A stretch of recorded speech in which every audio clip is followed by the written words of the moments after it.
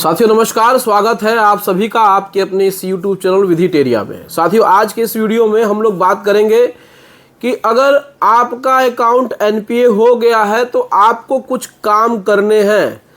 आपको 1 रुपया भी बैंक को नहीं देना है। एनपीए होने के बाद बैंक को पैसा क्यों नहीं देना चाहिए, अब इस पर हम लोग बात करते हैं। लेकिन इसके पहले हम लोग बात करते हैं कि भाई देखिए, कुछ लोग क्या करते हैं कि उनको पता नहीं है, वो पहले 2 ईएमआई उन्होंने बाउंस कर दिया, 1 भर दिया। उसके बाद क्या करते हैं, 1 बाउंस कर दिया, 2 भर दिया। इसी तरीके से वो कई सालों तक करते आते हैं, यानी वो इस तरीके से बार बार करते आते हैं और उसके बाद भी वो पैसा पेमेंट देते आते हैं। उसके बाद वो ईएमआई दे ही रहे हैं। कुछ लोग क्या करते हैं कि पूरी ईएमआई नहीं देते हैं, पार्ट पेमेंट करते हैं। पार्ट पेमेंट का मतलब क्या होता है, आप अपने ईएमआई का पूरा पैसा न दे करके आप 50% देते हैं, 60% देते हैं। तो क्या ये भी आपकी ईएमआई में कैलकुलेट होगी? तो इतने सारे कन्फ्यूजन्स आप सभी के हैं। इन सारे कन्फ्यूज़न का आज हम निस्तारण इस वीडियो के माध्यम से करेंगे। वीडियो को पूरा देखिएगा। वीडियो आपके लिए ही बनाई जाती है ताकि आप सभी इस वीडियो को देख करके अपनी समस्याओं का समाधान कर पाएँ। देखिए, सबसे पहले तो हम ये बात करते हैं कि एनपीए के बाद पैसा क्यों नहीं देना चाहिए। देखिए, एनपीए के बाद आपके अकाउंट को बैंक फ्रीज कर देता है, उसमें ट्रांजैक्शन नहीं होते हैं। जैसे कि 3 ईएमआई आपकी बाउंस हो गई, चाहे 3 ईएमआई लगातार हो, चाहे 3 ईएमआई कैसे भी करके हो। पहले भी आपने बाउंस कर दिया है, उसके बाद पे किया है, उसके बाद बाउंस किया है, यानी कि बैंक ने 3 ईएमआई काउंट कर ली है। उसके बाद अकाउंट को एनपीए कर दिया। अकाउंट एनपीए के बाद आपके अकाउंट पे बैंक पेनाल्टी लगाता है। तो जो पेनाल्टी आपको लगाता है वो बताता नहीं है। जब तक ईएमआई उसको मिलती है, ईएमआई के कुछ हिस्सों को वो पेनाल्टी में काट लेता है और थोड़े हिस्से को ही वो आपके मूलधन में से माइनस करता है। कभी कभी तो मूलधन में भी माइनस नहीं करता है। इसके बाद वो आपको नोटिस भेज देता है, आपके खिलाफ लीगल एक्शन लेने लगता है। उसके बाद बात करते हैं कि आप जब काम करते हैं कि भाई पहले 2 ईएमआई बाउंस कर दिया, उसके बाद तीसरे को पे कर दिया। उसके बाद क्या करते हैं कि 1 ईएमआई पे कर दिया, 2 बाउंस कर दिया। तो इस तरीके की चीज़ें भी अगर आप करते हैं तो आपका अकाउंट एनपीए माना जाता है। अगर 3 ईएमआई हो गई बाउंस तो अकाउंट एनपीए हो जाता है। एनपीए के बाद पैसा मत दीजिए। एनपीए के बाद जो भी पैसा आप देंगे, आपका पैसा नुकसान में जाएगा।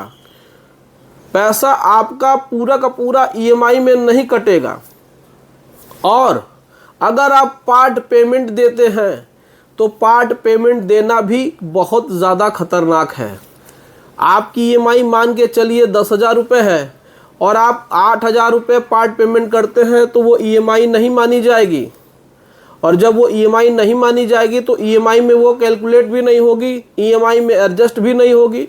बैंक का जो सिस्टम है उसको ईएमआई में नहीं कन्वर्ट करेगा और वो बाउंस हो जाएगी। तो जब बाउंस हो जाएगी तो उसको बाउंस माना जाएगा। तो आपने कहा कि सर हमने तो पेमेंट किया लेकिन पार्टी पेमेंट किया। पार्ट पेमेंट से कोई मतलब नहीं है। आपको अपनी पूरी की पूरी ईएमआई देनी है या फिर आपको बाउंस करनी है। जो पार्ट पेमेंट करेंगे वो आपकी ईएमआई में कन्वर्ट नहीं होगी, क्योंकि उस सिस्टम में जितना उन्होंने फिक्स किया है, अगर उतना पैसा में से 1 रुपया भी कम रहता है तो ईएमआई बाउंस मानी जाएगी। तो आप सभी की भलाई के लिए हम ये कह रहे हैं कि पैसा बिल्कुल भी मत दीजिए।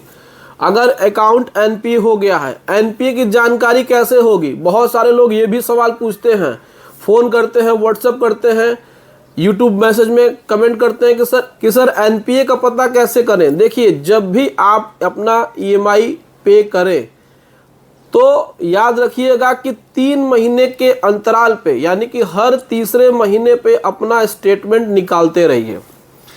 स्टेटमेंट जाकर के एक एप्लीकेशन ब्रांच मैनेजर को देना है, आप वहां से स्टेटमेंट निकाल सकते हैं। कुछ लोग आजकल नेट बैंकिंग का इस्तेमाल करते हैं, बैंक के ऐप्स भी आ गए हैं, तो उस ऐप के माध्यम से भी आप अपना स्टेटमेंट निकाल सकते हैं। स्टेटमेंट में देखिए कि आपकी ईएमआई जो कट रही है और जहां से वो ईएमआई बढ़ने लगी तो समझ लीजिए कि अकाउंट आपका एनपीए हो चुका है। तो अकाउंट एनपीए के सिद्धांत यही होते हैं कि अकाउंट एनपीए के बाद 1 रुपया भी आप मत दीजिएगा। फालतू पैसा जाएगा, नुकसान आपका होगा। एनपीए के बाद आपको क्या करना है कि भाई देखिए, अगर आपसे गलती से एनपीए हो गया है, जानकारी आपको नहीं थी, तो आप अगर अपना अकाउंट सुचारू रूप से चलाना चाहते हैं, यानी एक्टिव कराना चाहते हैं, स्टैंडर्ड कराना चाहते हैं, तो बैंक को एक एप्लीकेशन दीजिए और उसमें कारण बताइए कि हमें ज्ञान नहीं था, हमें नॉलेज नहीं था, हमारे पास इंफॉर्मेशन नहीं थी कि अकाउंट हमारा एनपीए हो गया है, इस गलती की वजह से हो गया है, अज्ञानता की वजह से हो गया, जानकारी हमें नहीं थी, तो इसलिए हम अपने अकाउंट को चलाना चाहते हैं, रेगुलर करना चाहते हैं। तो बैंक के द्वारा जो भी राशि आपसे मांगी जाएगी, जो भी पैसा पेनल्टी के साथ मांगा जाएगा, वो पैसा आप पेमेंट कर दीजिए। आपका अकाउंट स्टैंडर्ड 24 घंटे के अंदर में हो जाएगा और जैसे चल रहा था वैसे चलने दीजिए। लेकिन बहुत सारे लोग इस प्रकार से पैसा दिए जा रहे हैं और बैंक वाले पैसा लिए जा रहे हैं। तो नुकसान भैया आप ही का हो रहा है, नुकसान बैंक का तो हो नहीं रहा है। जब तक आप पैसा दे रहे हैं तब तक तो वो कोई लीगल एक्शन नहीं ले रहे हैं। बहुत सारे लोग तो ये भी कहते हैं कि सर हम तो ईएमआई दे रहे हैं, उसके बावजूद भी बैंक हमको आर्बिट्रेशन के नोटिस भेज रहे हैं, उसके बाद भी बैंक हमको अपने एडवोकेट के नोटिस भेज रहे हैं। अब इस पर क्या किया जाए? तो इस पर आपकी गलती यही है कि आपने बहुत पहले आपने 2-3 ईएमआई बाउंस की होगी, उसके बाद आपने पैसा पेमेंट करना शुरू कर दिया बिना बैंक को बताए, तो इसीलिए आपका अकाउंट एनपीए हो गया है और बैंक लीगल एक्शन ले रही है। तो ये था एनपीए के ऊपर एक छोटा सा इन्फॉर्मेशन। अगर आपको किसी प्रकार से एनपीए संबंधित कोई प्रश्न पूछना है तो हमारे कमेंट सेक्शन में हमसे पूछ सकते हैं।